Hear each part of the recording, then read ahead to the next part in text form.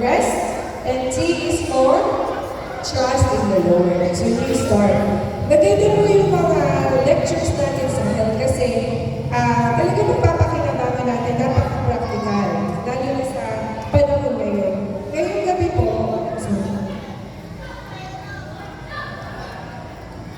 katulad po ng nasabi kanina, ang ating pag-aaralan nito po sa stress. Sino po ba sa atin ang hindi nai-stress? Na-stress na po ba kayo? Ano po nararamdaman kapag na-stress kayo? Na-stress, para wala kayong kapayapaan, para lagi kayong balisa. Naiintindihan niyo po ba yung balisa? Napakalala na Tagalog. Balisa, parang restless kayo. So ngayon, pag po tayo sobrang na-stress, naglilid po yan sa anxiety, naglilid po yan sa depression. So ang nabili ko po talagang emphasize naman ay depression. Isipin natin depression. Nag-i-exist ba yan? Totoo ba yan? Totoo ba may depression? Alam niyo po ba ang depression? Alam niyo ba sa pinanggalingan ko sa Melbourne, sobrang problema ang depression. At alam ko dito lang sa Pilipinas, tumataas na rin ang rate ng depression. Doon po sa, alam ko baka meron kayo mga kakilala, no, na naapektuhan ng depression. Meron po ako isang kakilala na sa aking trabaho na nagpakamatay, gawa po ng depression. Hindi po namin iniisip na magyayari doon. Pero para po siya talagang sabi nila, nakikita nila yung mundo ng madilim na. Ayaw mo na po papuksan yung bintana niya hanggang isang umaga na lamang po namin, patay na siya. Nakakalungkot po. Ang iniisip namin, sana may nasabi kami sa kanya, sana naligtas namin siya, pero totoo po ang depression. So, naalala ko rin po yung aking pamangkin, yung classmate niya, 20 years old, nagkakamatay, depression. So, talagang nagiging problema siya kahit anong lahi, kahit anong lugar, kahit saan mayaman ba, yung mga napakayaman o mahirap, hindi po na-exempt sa depression. So ano ba ang ibig sabihin ng depression? Ano ba ang ibig sabihin ng anxiety? Ano ba yung kakaiba ng anxiety at depression? Anxiety. Umpisahan po natin medyo mali pero we'll go through that. Anxiety. Sabi po ito yung intense feeling, matinding pakiramdam na lagi kang nag-aalala. Lagi kang balisa. Lagi kang nagpapanik. Kahit minsan wala namang basehan. Parang ako minsan naisip ko, siguro anxiety yun. Halimbawa ko, kumain ako ng karne. Tapos isip ko, sana hindi na talaga ako kumain ng karne. Tapos isip ko, baka takihin ako sa puso, ako muna matulog. Anxiety. So minsan nagkakaroon tayo ng panic, nagkakaroon tayo ng worry, na wala naman minsan kasi natin hindi na tayo makatulog. Yun po yung tinatawag na anxiety. Yun naman pong depression. Ito naman sabi nito, prolonged sadness. Yung lagi kang malungkot. Yung lagi kang parang wala kang kagana-gana na sa buhay mo. Hindi ka na makapagtrabaho, ayaw mo umalis kung nasa kaban, ayaw mo mag-wake up, ayaw mo gumising, ayaw mo umalis sa bed. Gusto mo lang, lagi kang nakasusulog. Di ba? Parang wala ka ng pag-asa. Parang walang kabuluhan na yung mga nangyayari. Depression. Ano daw po pagkaiba ng anxiety at depression? Pag daw po tayo anxiety or anxious, pwede ka rin maging depressed. So usually daw, pag anxious ka, pwede ka rin maging depressed. Lagi silang magkasama. Ganun pa man, yung dalawang yan, ninanako sa atin yung kapayapaan sa ating puso. Hindi natin na-i-enjoy ang buhay. Kayo mga patay ng stress, natutuwa pa kayo. Di ba nawawala ng kapayapaan, hindi na kayo masaya. So sabi, paano daw natin lalabanan mo yung anxiety at depression? Dahil po, itong condition na ito ay worldwide at maraming tao nakakapagkakan. Nagkaroon na ng iba't-ibang mga medication, mga drugs, na para lang malutasan itong pakiramdam na ito. Sabi nito, 700,000 people globally die by suicide each year. According to World Health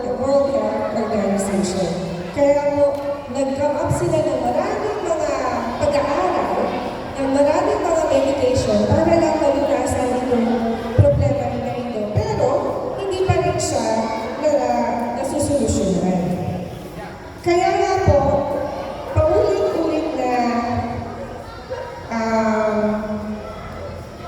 narinig niyo na ba ng mind and body connection? Na yun lang po ating isipan, konektado sa ating katawan. Yung power of the mind. Na kapag inisip natin ay negative, ang nangyayari, nagkaka-ulcer tayo, nagiging mabilis yung heart rate natin. Diba sabi, uy, ang sakit ngayon, mga gawain ng stress, gawain ng sobrang pag-iisip. Kasi nga po, mind and body connected. Diba pag nasa ospital, yung mga pasyente, sinasabi ng doktor, maging positive ka lang. Kasi kapag positive thinker isang tao, nagde-develop yan ng hormones. At na-translate yan na kumbaga yung mind, nade-direct na yung kanyang body na gumaling ka, di ba? Nakakausap na yung katawan. So, mind and body connection. So, dahil gusto nilang malulasan itong issue ng depression, anxiety, stress, hindi malulas-lulasan ng gamot. Ngayon, sabi, pagtuunan natin ng pansin ang ating isipan. Sabi ganyan. Ang isa pa po nila na napatunayan, heart attack. Kapag po tayo mapag-isip, kapag tayo ay mapag-worry, naglilin daw po yan, study shows sa atake sa puso. Isipin natin, oh, ganun ba? Normal lang naman na, mag-worry ako, paano yung mga bills ko, paano yung mga utang ko, di ba? Paano yung mga obligasyon ko, paano mangyayari sa akin? Pero dapat na po, mind over body, isipin natin maging positive thinker tayo. Kasi pag tayo nag-iisip masyado, pwede daw mag-cause ng heart attack yan. So, ganun daw po kadelikado yan. Ang scientific explanation no, nag-cause daw ng hormones, yung stress hormones, ng high blood pressure, high cholesterol, at type 2 diabetes. Di ba po, kung isipin natin, health is wealth. Magkasakit lang tayo, na kahit anong sakit, napakagastos. Di ba po? Mag-hospital tayo, napakalaking gastos. Kaya sabi, para ma-avoid natin yung mga unnecessary na gano'n, magsimula tayo sa pag-iisip natin. Labanan natin ang negative thoughts. Labanan natin ang stress. At kapag na po tayo na-stress, alam niyo po yung cancer, di ba ang cause niyan, inflammation o pamamaga ng mga parts ng katawan natin? Pag daw po tayo na-stress, pag tayo nagiging anxious, kapag tayo na-depress, yun daw po ay nakaka-apekto sa inflammation sa katawan natin. So, maaaring mag-cause rin siya ng cancer. Isa pa po, kapag daw tayo ay masyado na stress, nagkakaroon daw ng significant loss of calcium sa katawan, lalo na sa mga kababaihan. Tayo daw po mga babae, mas prone tayo sa calcium loss. Ano bang work or function ng calcium? So, siya po yung nagbibigay sa atin ng energy. Siya yung nagbibigay sa atin ng muscular strength. Ang nangyayari daw po, lalo na pag nag-menopause na yung mga babae, madali nang ma-deplete yung calcium. So, kapag nag-iisip ka pa, masyado kang na-stress, kinakain daw po ng stress yung calcium. Nadideplete lalo yung calcium sa bones mo. So, imagine nyo, stress causes calcium loss. So, yun po, isa pa daw pong side effect. At ano pa pong effect? Brain function suffers. Kapag din sobrang ka daw pong nag-iisip, nagkakaroon daw po ng effect sa brain natin. Yung mga neurons, hindi na nagde-develop, nakakapon. So, ang result, nag-shrink yung ibang parts ng brain natin, namamatay po yung stress. Iniisip ko pa lang doon na kapag pala ako na-stress, yung heart ko, yung tummy ko, yung calcium ko, yung brain ko, sobrang naapektuhan. Isa pa po, it affects the whole person. Serious effects that could cause us, as I've said, cardiac issues, but also high cortisol production. Alam mo ba yung cortisol? So, isa siyang hormone sa katawan natin na kapag daw po na-activate yan ng stress, masyado siyang nag-produce. At kapag may high cortisol production, daw maganda ang stress sa blood sugar. Ngayon, paano ba natin maiiwasan yan, ma-overcome? Lalo na po ang depression. Paano po ba daw natin ma-overcome yan? Balikan natin yung depression, di ba?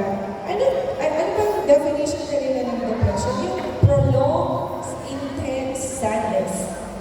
Sabihin natin, lahat naman tayo nakakaramdam ng kalungkutan. Kahit po ba hindi nalulungkot? Minsan, di ba parang naisip nyo, parang, I don't feel well today. You know, I feel low. Normal lang daw po yun.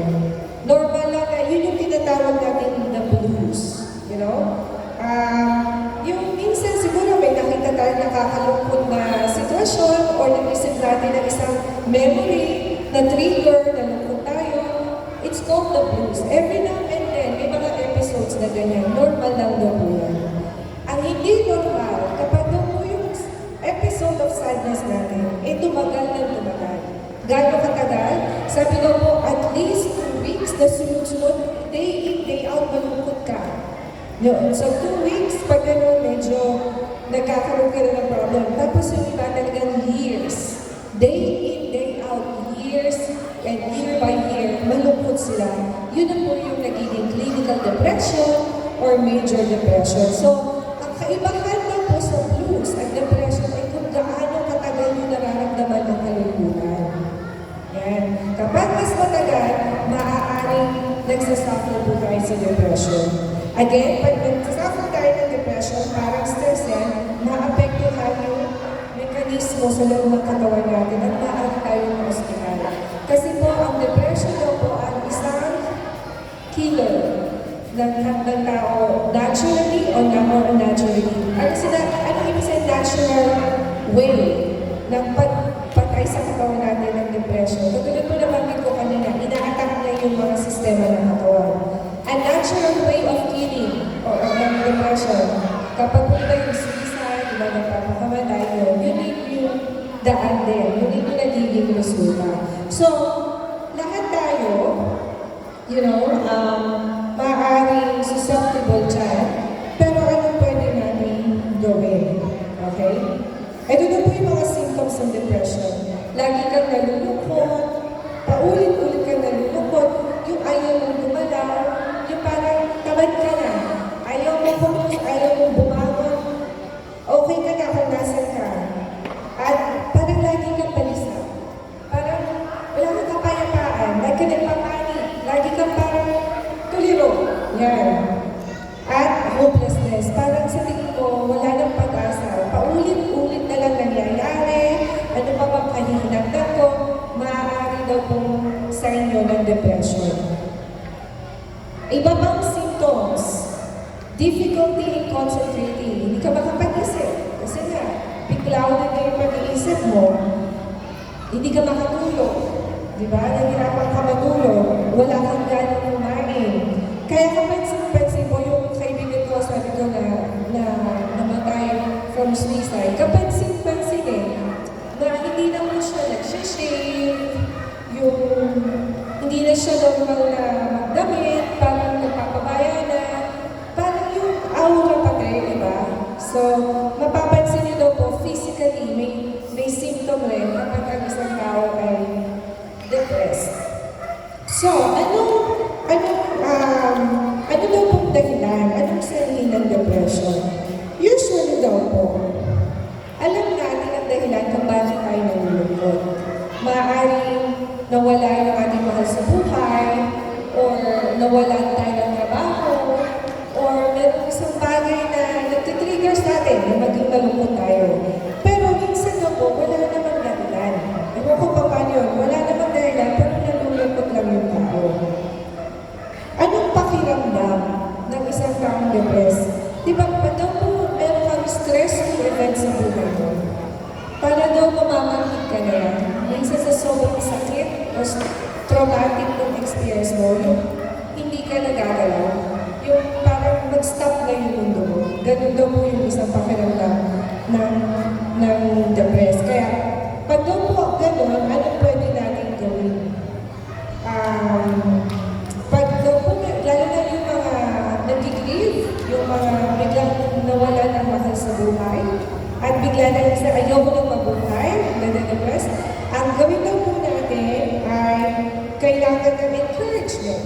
Tulungan natin sila sa kanilang mga pang-araw-araw na responsibilities. May kaibigan po ba kayong naisip na maaaring depressed? So, isipin lang po natin kung anong pwede natin gawin sa kanila. Ang makakatulong, isang paraan ang matulungan sila ay kausapin niyo sila. Tabihan niyo sila. Huwag niyo silang iiwan. Kausapin niyo. At tulungan niyo sila sa day-to-day nilang gawain kasi hindi na sila makapag-function. So, lutuan niyo sila ng pagkain, paglaban niyo, hanggang makarecover sila. Yun po yung sabi. At ano pa po? Talking with others is helpful. Alam niyo po ba, studies show na ang mga lalaki ang mas prone ma-depress kaysa mga babae. Alam niyo po ba kung bakit kaya yun? Alam niyo ba yung depression? Yung parang nalulungkot na sobra. Ang mga lalaki daw mas may tendency maging gano'n. Sa Australia po, mas maraming lalaki ang nagpapakamatay sa depression. Kasi, talking with others. Ang mga babae, by nature, dagdag lang ng dagdag. Marites dito, marites dyan, pero therapeutic po yun. Therapeutic kasi nailalabas nila yung nasa sa looban nila. Ang mga lalaki na po, usually, tinatago lang nila sa sarili nila. Kaya sila yung mas prone na mag-suffer dyan.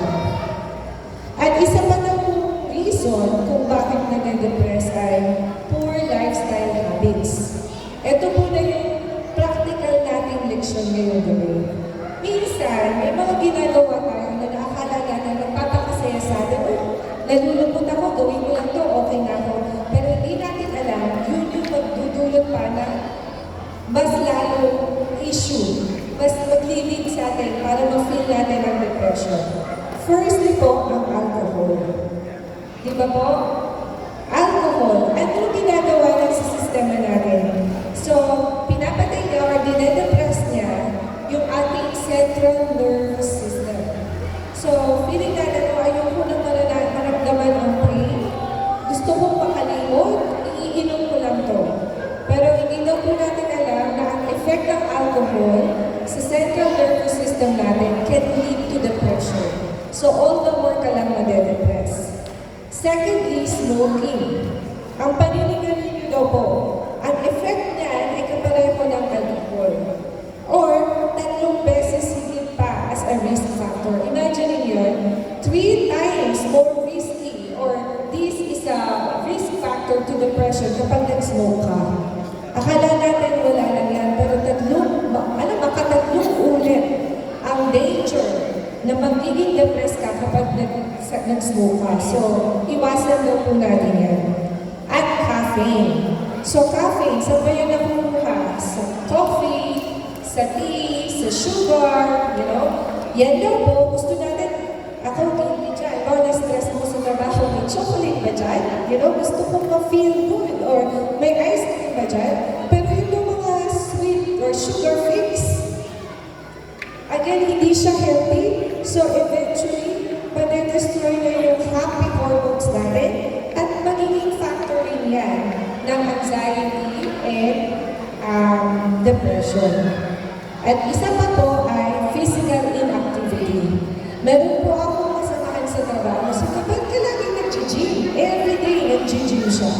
Kasi sabi niya, meron akong mental health issue. At sabi ng psychologist ko, kailangan kong mag-gym at least 1 hour each day. Sabi ko, tapos may nakausap rin akong psychologist, kapag pala nag-exercise ka, nag-produce din po yung hormone na tinatawag na, ano tawag doon? Yung happy hormone, endorphin. So, yung happy pill. So, pag nag-exercise ka, lumalabas na po yung happy hormone, nakukomban mo yung blues, nakukomban mo yung feeling of sadness. Kaya po, kapag kayo nalulungkot, or nababalisa, or nag-worry, instead tayo uminom, manigarilyo, o uminom ng kape, mag-exercise daw po. Yun ang best way to combat it. Diet, diba?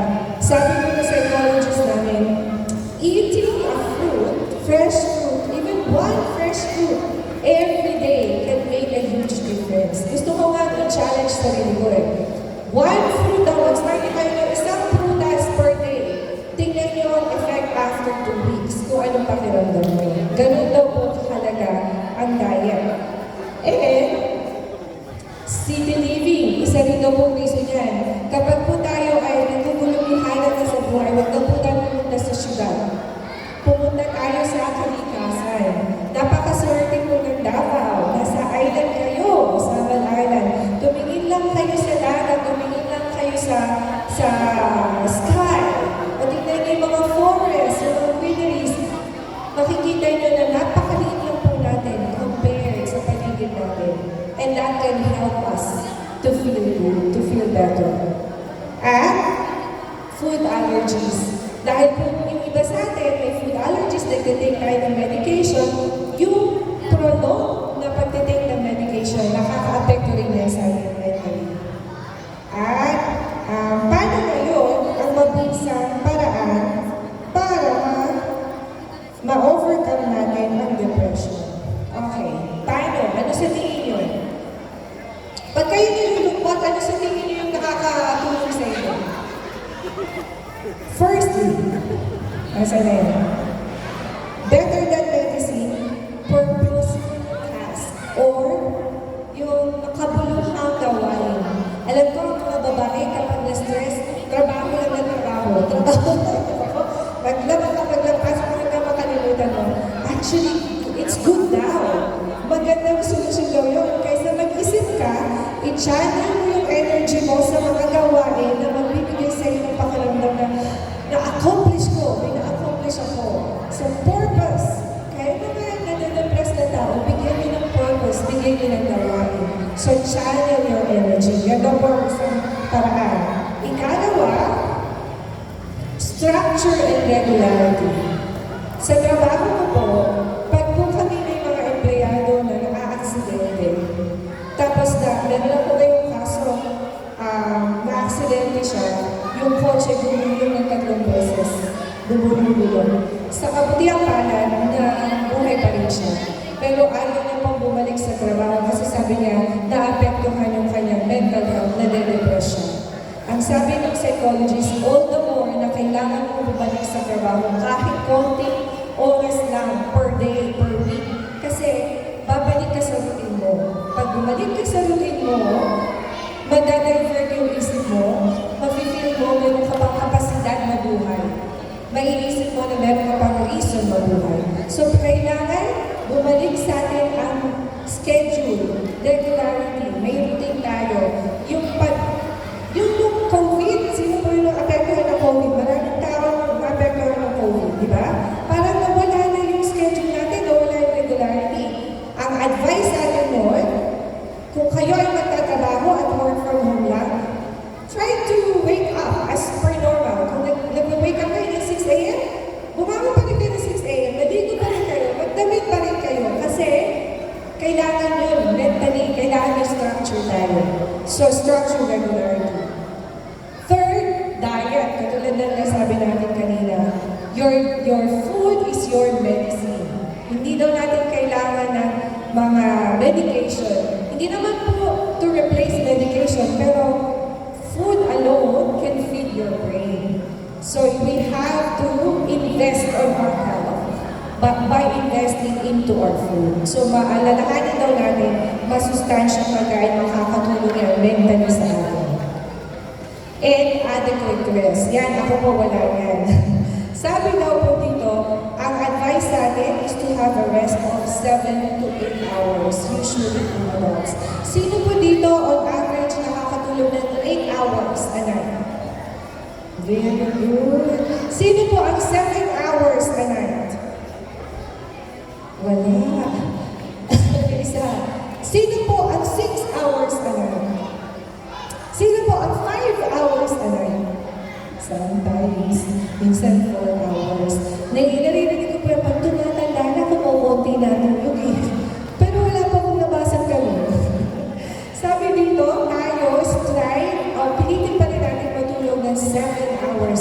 Kasi yan daw po mabibigay sa atin ng optimal efficiency. 7 hours.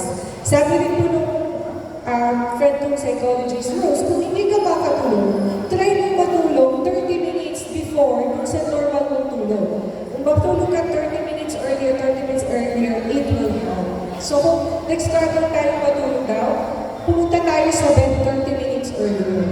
And strive natin 7 hours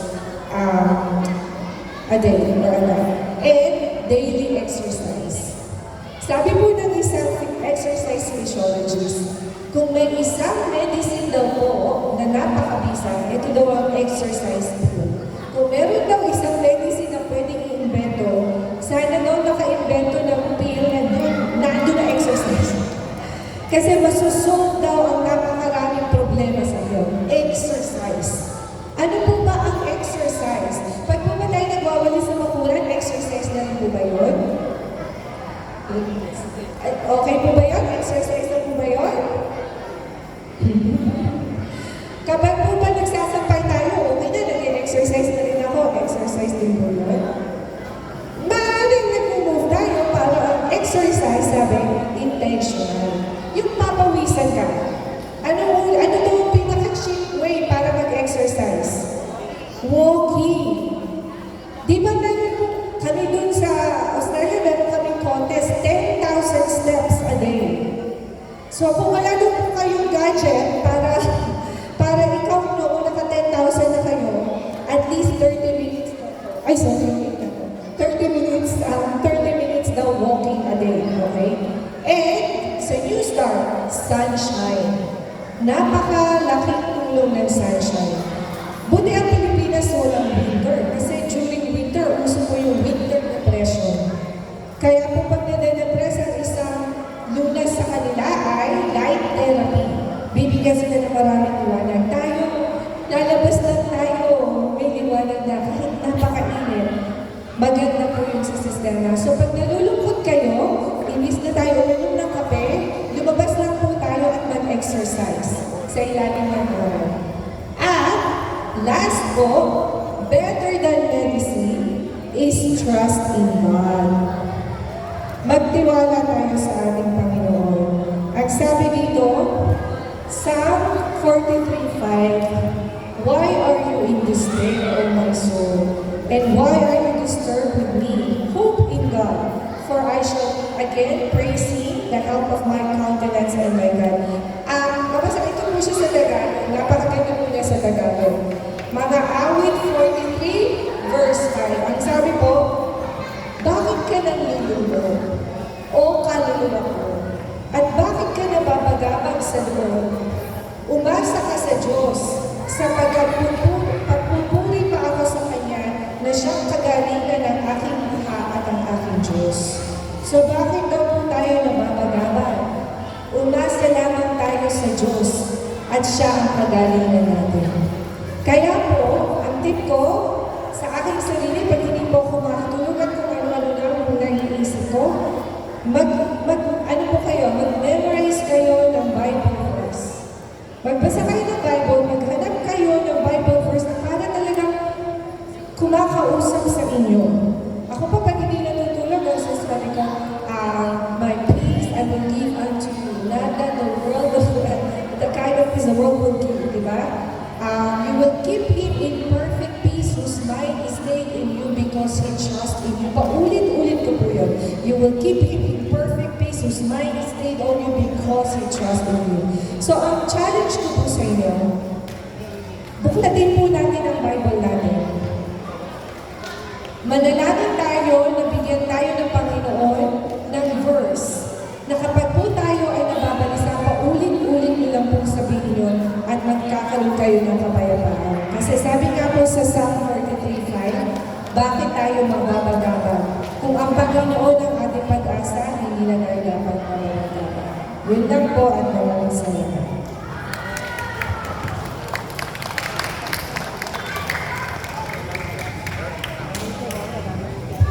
Alright, so thank you Ma'am Rose. Nandun kayong lektura.